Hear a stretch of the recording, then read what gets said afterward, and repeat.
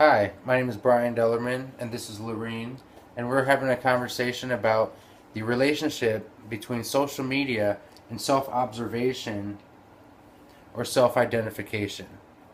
And basically, what we're going over is how the effects of social media can affect these things, affect our self identification, and affect our self observation, the way that we observe ourselves. Um, I'm someone that I think it plays a part in plenty of people's lives. The effect that it has on people, the way they observe themselves, the way they see themselves, um, whether it be the lack of attention or the, um, I guess, the overly at Feeds egos. the feeding of egos, and that there you go. And I think that it's something that not everybody's dealt with. Obviously, um, for me and you, we came from a generation that didn't always have social media, but here we are, where social media is a huge part of people's lives, whether it be Facebook, Instagram, Twitter, and it's all based on how much attention you can get from that. Um, Me myself personally, I would have to say that Facebook is something that I have based on the ability to keep in contact with people, but I do know that the ability to get drawn into how you see yourself, your self observation, can be an issue for many people, especially people that didn't go um, throughout their day without it. In a generation that you know basically lived without the social media. So I just I guess I would ask your opinion, but for me, I think that it's a big impact, especially for the people that haven't went through it. Well, yeah. I mean, first of all, you have other people's lives and pictures and ideas and thoughts constantly put in your face all day. So it's natural to compare or even judge the other person or compare yourself to them. Um, I almost missed the time when there wasn't as much social media because it takes away from everyday real life. I think it affects. Yeah, I agree. I think it affects people's time consumption also. I think a lot of people's time gets spent on social media versus being more attentive to, as you said, kind of real life things. But as you were saying about the judgments, that brings me up to the second one, which is the idea of the relationships between social media and self comparison and the judgments, self judgments, and as you were saying, you get so many people's opinions put in your face. I think it's kind of hard to force yourself not to make a judgment call or an opinion based off of what someone else thinks. Um, Or even compare your own opinion on the same thing to theirs. and have the force of determination whether you're right or wrong. Mm-hmm. When reality is, maybe it's not about being right or wrong. It's about someone's view, and as I said, having nothing to do with someone being right or wrong, but yet just this is what I think.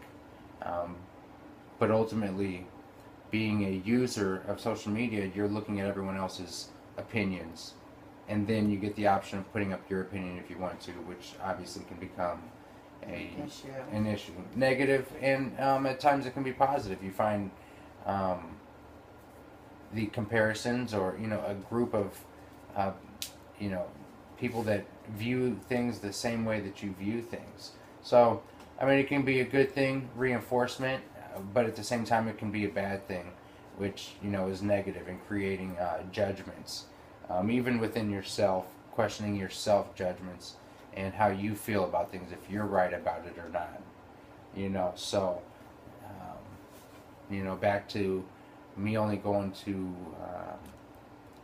a lifestyle that wasn't based on social media. I can say I was capable of building my own judgments and my own opinions, and then maybe hearing what someone else has to say, where you know, in social media, so many topics get brought up before you even get to think about what you um, assume your opinion would be.